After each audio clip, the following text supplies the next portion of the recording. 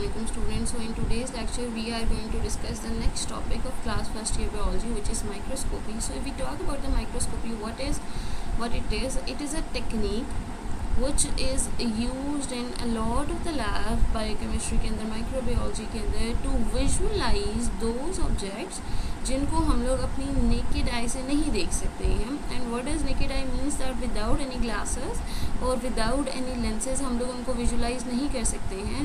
So to study them we used a microscope जिसके अंदर multiple lenses इस्तेमाल होते हैं to magnify them, to resolute them, to visualize them. ठीक है, हम लोग क्या करते हैं, माइक्रोस्कोपी को यूज़ करते हैं in which we use the microscope to visualise those objects which can not be seen by the naked eye. जैसे for examples we have a lot of the micro organisms, viruses हैं, bacterias हैं, इन सब living organisms को study करने के लिए, visualise करने के लिए हम लोग माइक्रोस्कोप को यूज़ करते हैं. Similarly if we talk about our own cells, अपने सेल्स को विजुलाइज करने के लिए, अपने टिश्यूज़ को विजुलाइज करने के लिए, ऑर्गेनालीज को विजुलाइज करने के लिए we use a microscopy. So if we talk about the microscopy, हमारे पास माइक्रोस्कोप के अंदर दो मेजर टर्म्स होती हैं जो यूज़ होती हैं. The very first one is known as the resolution and the second one is known as the magnification. If we talk about these terms, for example let's talk about the very first term that is known as a magnification. What is a magnification? It is an ability of any optical instrument to increase the size of an object than its original size. For example, अगर हमारे पास कोई virus है, हम उसको visualise करने की कोशिश कर रहे हैं, या कोई बैक्टीरिया है हम उसको विजुलाइज करने की कोशिश कर रहे हैं. So we know that these are the microscopic living organisms, those living organisms जिनका जो साइज़ है वो बहुत ज़्यादा माइन्यूट होता है. So in a magnification what does microscope does, it increases the size of these living organism. जो इनका ओरिजिनल साइज़ है उसके ओरिजिनल साइज़ को हम लोग क्या करते हैं, इंक्रीज़ करते हैं. इन अ सिंपल वर्ड, जैसे हमारे सेलफोन के अंदर जूमिंग होती है ना, तो हम माइक्रोस्कोप के अंदर भी हम लोगों ने क्या करनी है, लिविंग ऑर्गेनिजम्स की जूमिंग करनी है ताकि आप इनकी साइज़ को इंक्रीज़ कर सको. सो टू इंडिकेट द मैग्निफिकेशन हम लोग क्या टर्म यूज़ करते हैं, कैपिटल एक्स. जैसे फॉर एग्जांपल आप लोग किसी भी चीज़ को मेजर करते हो, जैसे आपने राइस को मेजर किया तो राइस को मेजर करने के लिए आप लोग एक यूनिट इस्तेमाल करते हो केजी. इसी तरीके से जब हम लोग मैग्नीफाई करते हैं तो कितनी मैग्निफिकेशन कर रहे हैं, कितनी जूमिंग कर रहे हैं, that has been denoted by the capital X. Then X means है कि आपने लिविंग ऑर्गेनिजम्स का जो साइज़ है वो इंक्रीज़ किया है from range 1 micrometre to the 10 micrometre. 10 times आपने उस लिविंग ऑर्गेनिजम्स का जो साइज़ है उसको आपने क्या किया है, इंक्रीज़ किया है. ठीक है. So we talk about the microscope. हमारे पास दो किस्म के माइक्रोस्कोप होते हैं. The very first one is known as the light microscope and the other one is known as the electron microscope. These divisions are on the basis of कि आप as a source of जो energy है वो क्या use कर रहे हो. अगर आप लाइट यूज़ कर रहे हो तो वो लाइट माइक्रोस्कोप होगा, और अगर आप इलेक्ट्रॉन यूज़ कर रहे हो तो आपके पास वो क्या होगा, इलेक्ट्रॉन माइक्रोस्कोप होगा. ठीक है. So we talk about the magnification of a light microscope, that is 1000 to 2000 x. 1000 to 2000 times आप किसी भी लिविंग ऑर्गेनिजम्स के सेल्स के या टिश्यूज़ के माइक्रो ऑर्गेनिजम्स के साइज़ को इंक्रीज़ कर सकते हो. We talk about the electron microscope, we have two further types of the electron microscope, SEM and TEM. TEM means transmission electron microscope and SEM means scanning electron microscope. ठीक है. both are electron microscope, that means we are going to utilize the electron in the microscopy. They are going to use the electron to visualize the objects. So transmission electron microscope के अंदर क्या होगा, these electrons are going to be transmitted to generate the image, and in scanning these electrons are going to be scanned. ठीक है. So that's why they are known as transmission electron and scan electron. If we talk about the magnification of TEM, तो इसकी जो magnification है that is 2 million. So if you talk about the SEM, तो इसकी जो magnification है that is 500,000 times, 500,000 x. So this was the magnification. If we talk about the second major concept of a microscopy, that is known as the resolution.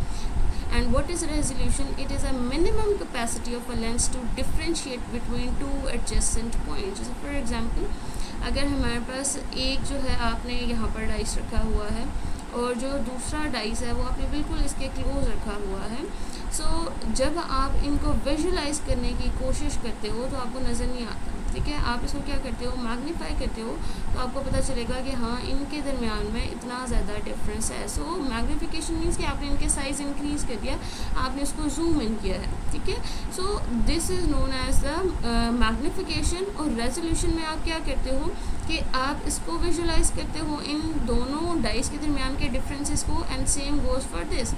तो जब भी magnification आपके पास high होती है तो रेजोल्यूशन भी आपके पास क्या हो जाता है, हाई हो जाता है, ठीक है। सो रेजोल्यूशन के अंदर जैसे फॉर एग्जांपल आपके पास स्केल है, you have a centimetre on your scale, centimetre में भी काउंटिंग होती है और मिलीमीटर में भी काउंटिंग होती है। सो सेंटीमीटर में क्योंकि डिफरेंस ज़्यादा होता है तो उन दो पॉइंट्स को डिफरेंशिएट करना ईजी है। But if you talk about the millimetre, तो मिलीमीटर के अंदर जो दो पॉइंट्स होते हैं उनमें डिफरेंस कम होता है, सो कंपैरेटिवली इनके दरमियान में डिफरेंशिएट करना डिफ़िकल्ट होता है। So we talk about the resolution, तो ह्यूमन आई का जो रेजोल्यूशन है दैट मीन्स कि आप कितना डिफरेंस को डिफरेंशिएट कर सकते हो bye using your human I, that is 0.1 millimetre. If you talk about the light microscope, तो आप 200 approximately 200 nanometer, and if we talk about in micrometer, so that is 0.2 micrometer। आप इतने पॉइंट्स के दरमियान में डिफ्रेंशिएट कर सकते हो। If you talk about the electron microscope, it's range varies from 0.1 to 1 nanometer, that is very very high, जो कि बहुत ज़्यादा हाई है, ठीक है। So these are the two major terminologies that we use in a microscopy: magnification and resolution. Now coming towards a very first type, अगर हम लोग लाइट माइक्रोस्कोप को देखें, लाइट माइक्रोस्कोप जो आप लोगों की लैब्स में इस्तेमाल होता है that is basically a light microscope, and इसके अंदर हम लोग दो लेंसेज को यूज़ करते हैं। First lens is known as the eyepiece lens and the second one is known as the objective lens, ठीक है। ये आई पीस लेंसेज वो होते हैं जहाँ से आपने किसी भी इमेज को विजुलाइज करना है, ठीक है। And this one is a camera port, this one is objective lens, जहाँ जो ऑब्जेक्टिव लेंस वो होता है जो ऑब्जेक्ट को विजुलाइज करेगा, ठीक है। ये आपके पास स्टेज है, इस स्टेज के ऊपर ये जो आप लोगों को दो हुक्स नज़र आ रही हैं, आपने इसके दरमियान में अपनी स्लाइड रखनी होती है, और फिर इस स्लाइड को आप क्या करते हो, मैग्नीफाई करते हो बाय यूजिंग दीज लेंसेज। जितनी भी आपने मैग्नीफिकेशन करनी है और फिर यहाँ पे इमेज क्रिएट होगी and that will be visualised in the eyepiece lens, और इसके through this is known as a fine focusing, that means आपने फोकस इससे इंक्रीज़ करना है, आपने देखना है कि स्लाइड के ऊपर किस पॉइंट के ऊपर इमेज क्लियर आ रही है, ठीक है। And this is the light bulb which will produce a light, and that light is gonna be fall on the specimen which is placed on this stage, ठीक है। तो यहाँ से लाइट प्रोड्यूस होगी, स्लाइड के ऊपर फॉल करेगी, slide के ऊपर जो भी आपने स्पेसिमेन रखा हुआ है उस स्पेसिमेन की इमेज क्रिएट होगी पहले ऑब्जेक्टिव लेंस में, and then this image will be created on the eyepiece lens. Now we will understand the working of a microscope, light microscope, in a ray diagram, ठीक है। अगर हम लोग रे diagram में देखें तो हमें पता चल चुका है अभी तक कि जो आपके पास माइक्रोस्कोप होता है उसके अंदर दो लेंसेज यूज़ होते हैं। एक को आप कहते हो आई पीस लेंस, ठीक है, जो कि यहाँ पर आपको नज़र आ रहा है, और दूसरे को आप क्या कहते हो, ऑब्जेक्टिव लेंस, ठीक है। फिर लुक एट दिस, तो हमारे पास सबसे पहले क्या होगा, we have a source of a light, जिसने क्या करनी है, लाइट जनरेट करवानी है, और वो लाइट जो है वो आपके पास कंडेंस होकर through a condenser lens it will fall on to the specimen, ठीक है। एंड आफ्टर दैट आपके पास अगर हम यहाँ पर देखें, ये जो जितने भी लेंसेज हैं these all are the convex lenses, ये सारे के सारे कौन से लेंसेज हैं, कन्वेक्स लेंसेज हैं। कन्वेक्स लेंसेज जो इमेजेस जनरेट करते हैं ना, वो आपके पास होती हैं रियल एंड इन्वर्टेड, ठीक है। Real and inverted images are generated by the convex lens. तो हुआ क्या, लाइट प्रोड्यूस हुई, it fall on the specimen. Objective, यहाँ पर जो ऑब्जेक्टिव लेंस है उसने क्या किया, सबसे पहले आपके पास इसके साइज़ को इंक्रीज़ किया, ऑब्वियसली मैग्नीफिकेशन करेगा, यही तो उसका सबसे पहला काम है। मैग्नीफिकेशन करने के साथ साथ अब रियल और इन्वर्टेड इमेज जो है वो प्रोड्यूस करेगा। और फिर आपके पास आ जाता है प्रोजेक्टर लेंस। अब प्रोजेक्टर लेंस क्या होता है, हमारे रूम्स के अंदर जब भी हम लोग स्टडी करते हैं किसी भी कॉलेज या यूनिवर्सिटी के अंदर, हम लोग वहाँ पे प्रोजेक्टर को इस्तेमाल करते हैं। अब प्रोजेक्टर क्या होता है कि जो कंप्यूटर के अंदर आपने जो भी स्लाइड्स वगैरह डाली हुई होती हैं उनको प्रोजेक्ट करता है ऑन अ स्क्रीन पे। सो सिमिलरली यहाँ पर जो इमेज क्रिएट हुई हुई है उसको आपने फॉल करवाना है एक लेंस के ऊपर, एक इसको प्रोजेक्ट करवाना है एक लेंस के ऊपर ताकि आप उसको विजुलाइज कर सको। ठीक है, so this is a projector lens जो कि यहाँ पे इमेज क्रिएट जो हुई है उसको फॉल करवाएगा, यहाँ पे शो करवाएगा। सो दिस ऑब्जेक्टिव लेंस ने क्या किया, मैग्नीफिकेशन की, real and inverted image produce की। प्रोजेक्टर लेंस ने उसको फर्दर फोकस किया और फॉल करवाया आई पीस लेंस के ऊपर। अब ये जो आई पीस लेंस है similarly it is going to perform the same function और आपके पास जो इमेज है वो विजुलाइज हो जाएगी by on this lens and you will see it by using your eye. ठीक है, यहाँ पे फर्स्ट टाइम इन्वर्ट हुई थी और जब यहाँ पे इन्वर्ट बैक होगी तो आपको इमेज जो है वो सीधी ही नज़र आएगी, आपको बिल्कुल एक अपराइट इमेज नज़र आएगी, आपको इन्वर्टेड इमेज नहीं नज़र आएगी। Now coming towards a second type of microscope that is known as an electron microscope. If we look at this image, ये जो image आपको नज़र आ रहा है this is an electron microscope. We don't have usually this microscope in our labs. If we look at the working of an electron microscope, तो electron microscope में हम लोगों ने क्या यूज़ करना होता है, इलेक्ट्रॉन को यूज़ करना होता है, that's why it is known as the electron microscope.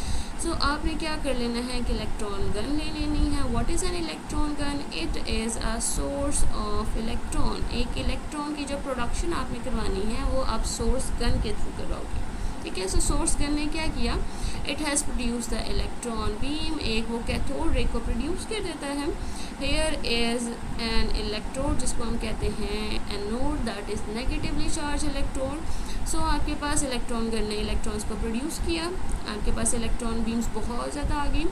Electrons beam जब आपके पास आ गई then these electron beams are going to pass through the anode and फिर वो आपके पास फॉल करेंगी ऑन द मैग्नेटिक लेंस। अब मैग्नेटिक लेंस जो हैं उनका क्या काम होता है, उनका ये काम होता है कि ये जो इलेक्ट्रॉन बीम्स हैं that will be produced in a lot of a direction. So in magnetic lens ने क्या करना है, इनकी डायरेक्शन को, इनकी जो बीम्स हैं उनको एक स्पेसिफिकली अलाइन करना होता है ताकि वो फॉल करे जाके एक फोकस पॉइंट के ऊपर। ठीक है, that is done by the magnetic lens. So वो उसने क्या किया, अलाइन किया ताकि उनको फोकस कर सके। Then coming towards the next object जिसको हम कहते हैं back scattered electron detector. Back scattered electron detector क्या करता है, जितने भी आपके पास बीम साइड में स्कैटर्ड हो जाते हैं, ठीक है, उनको गैदर करता है। ठीक है, after that these electron beams are going to fall on the specimen, वो स्पेसिमेन के ऊपर फॉल करेंगे जिसको आपने स्टेज के ऊपर रखा हुआ है।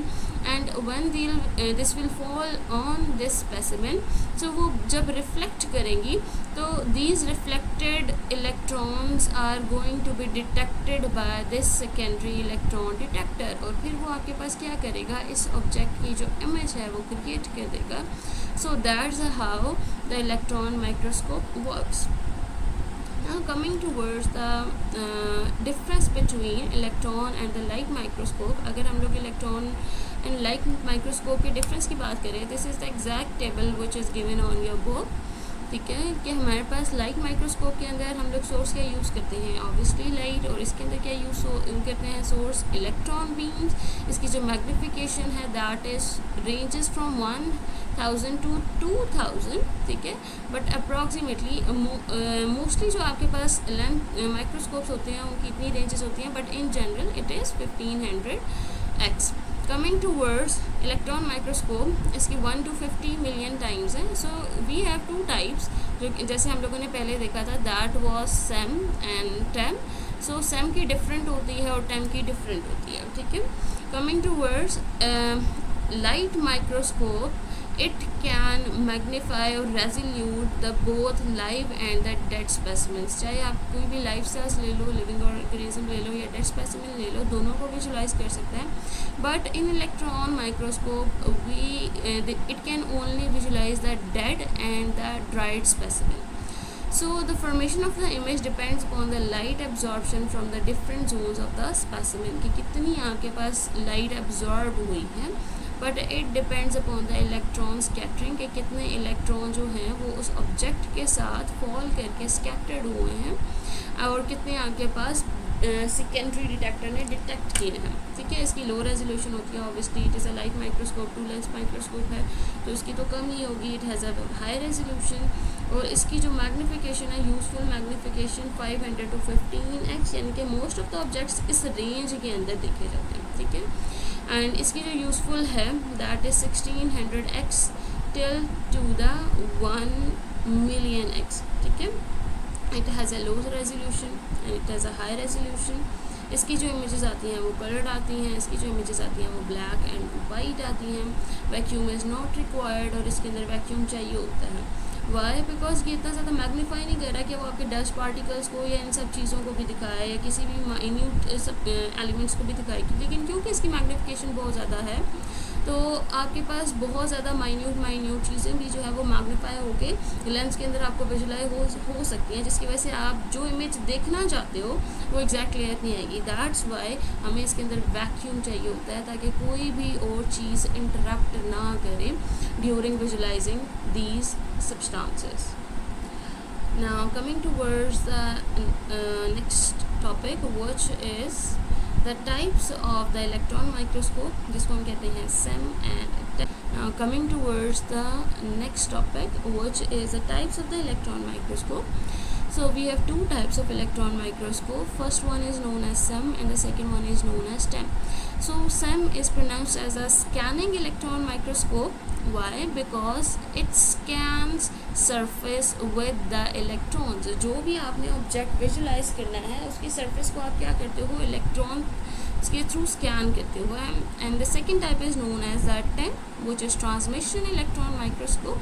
Why it is known as a TEM or a transmission electron microscope? Because वो जो ट्रांसमिटेड इलेक्ट्रॉन्स होते हैं which comes from the specimen उसको डिटेक्ट करता है और देन आपके पास विजुलाइज करवाता है एन ऑब्जेक्ट को।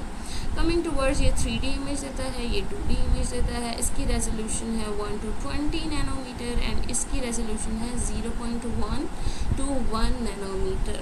सो if we look at this, तो हमारे पास जो TEM है that is very much more specific as compare to the SEM, ठीक है। जो TEM होता है वो ज़्यादा प्रिसाइज होता है, वो ज़्यादा ऑब्जेक्ट को विजुलाइज कर सकता है, वो ज़्यादा ऑब्जेक्ट को मैग्नीफाई कर सकता है और ईजिली विजुलाइज करवा सकता है as compare to the SEM। Magnification की अगर हम बात करें तो SEM की है 1500,000x and if you talk about the TEM that is 2 million x, ठीक है। हमें थिक स्पेसिमेन चाहिए होते हैं, ज़रूरी नहीं है थिक स्पेसिमेन हम यूज़ करें बट चल जाते हैं। अगर आपके स्पेसिमेन का साइज़ थोड़ा सा ज़्यादा लार्जर है, थिक है, तो वो SEM जो है वो स्टिल विजुलाइज करवा देगा, लेकिन इसके लिए हमें बहुत ज़्यादा अल्ट्रा थिन सेक्शंस चाहिए होते हैं, बहुत ही ज़्यादा थिन स्लाइसिंग हमें करनी पड़ती है तभी जाके वो विजुलाइज होता है। अदरवाइज़ वो विजुलाइज आपको दिखा तो देगा बट इमेजेस इतनी ज़्यादा क्लियर नहीं होगी, ठीक है।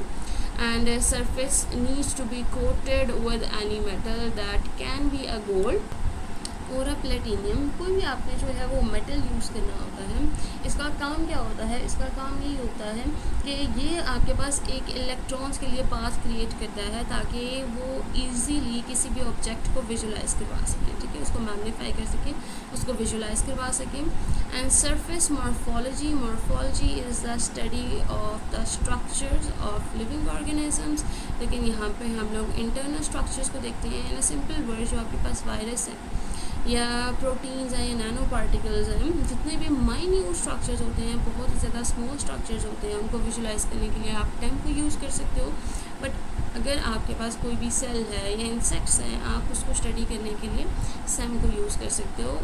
सो these are the 2 basic types of microscope, electron microscope.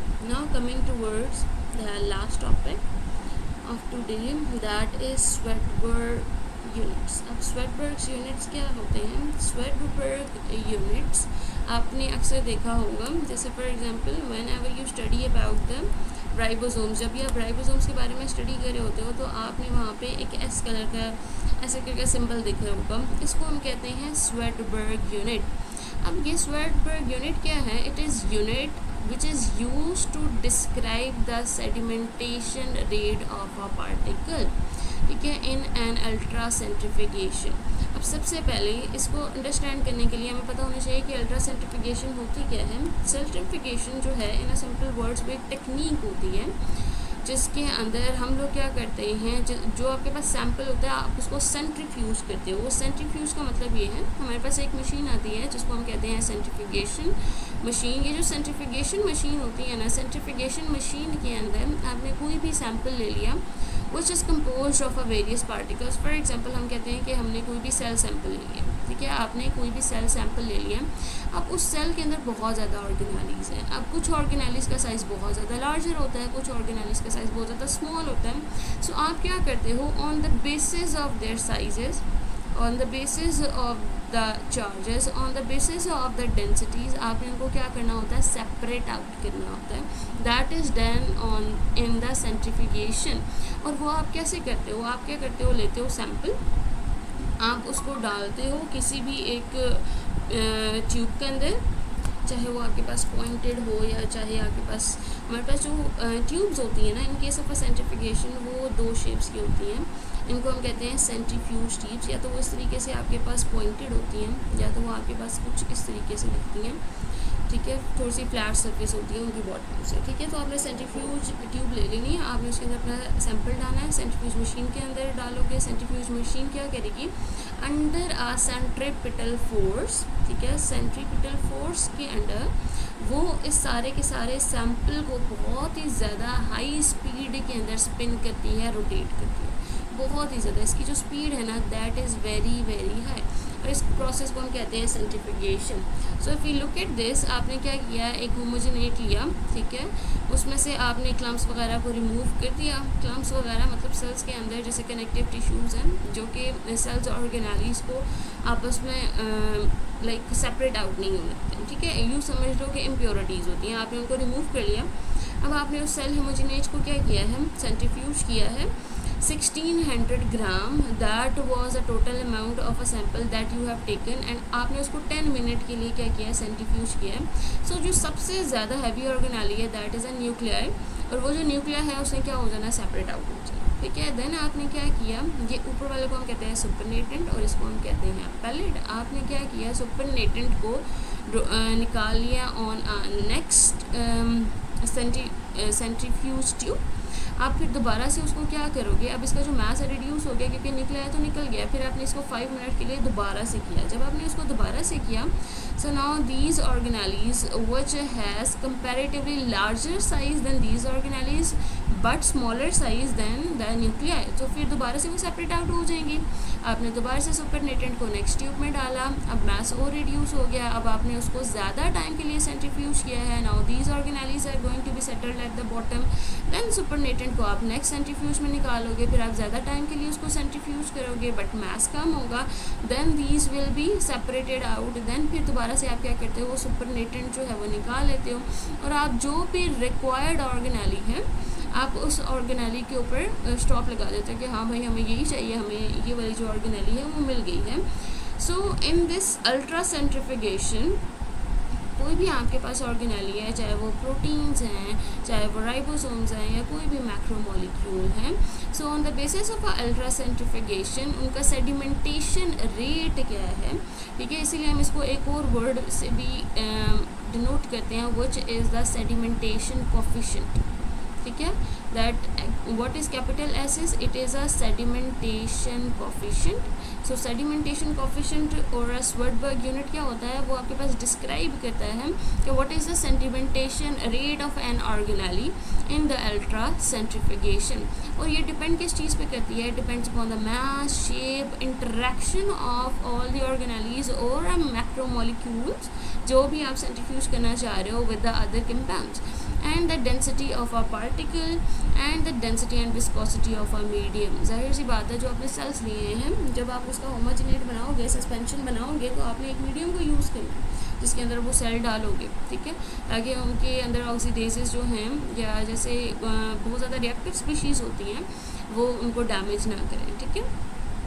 And if the particle is heavier and more compact, अगर जो पार्टिकल है उसका साइज़ ज़्यादा है और वो कंपाउंड या मैक्रोमोलिक्यूल ज़्यादा कम्पैक्ट है, ज़्यादा कंडेंस्ड है, सो ऑब्वियसली उसका जो स्वर्डबर्ग वैल्यू आएगी वो ज़्यादा आएगी, ठीक है।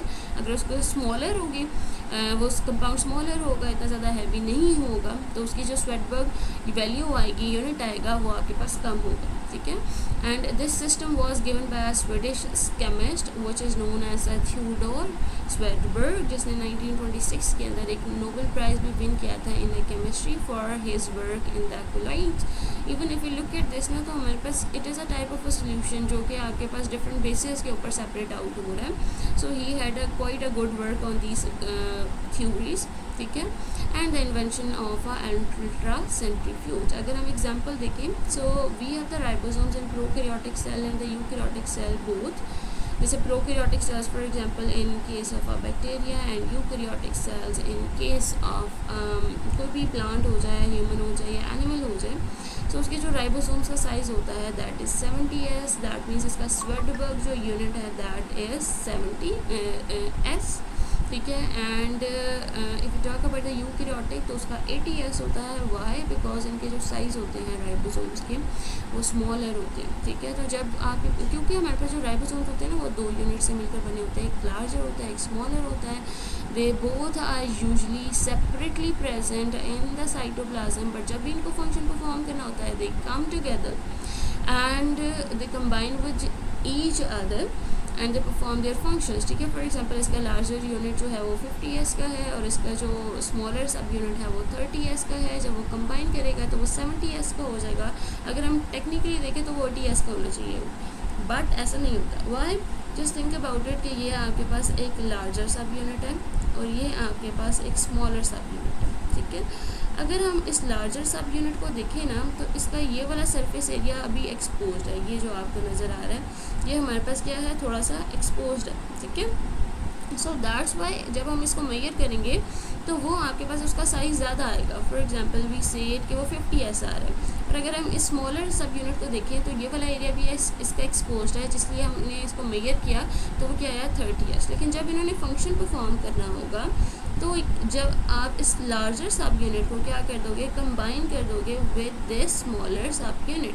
अब as a result of this combination ये वाला जो सरफेस एरिया है लार्जर का भी और स्मॉलर का भी, that will not be counted. आप इसको काउंट नहीं करोगे क्योंकि वो आपस में कंबाइन हुआ है। आप सरफेस एरिया तो सिर्फ बाहर से काउंट करते हो ना, ठीक है। सो एज अ रिजल्ट ये 50 + 30 जो कि 80s आना चाहिए था वो 80s नहीं आता, वो कितना आता है 70s, because of their bonding, ठीक है। जिस सरफेस के साथ वो बाइंड करते हैं उसकी वजह से वो क्या हो जाता है, रिड्यूस हो जाता है। सो दैट्स वाई जो सरफेस एरिया है वो टोटल कितना आता है, 70s आता है in a prokaryotic type of a cells और 80s आता है in a eukaryotic type of a cell.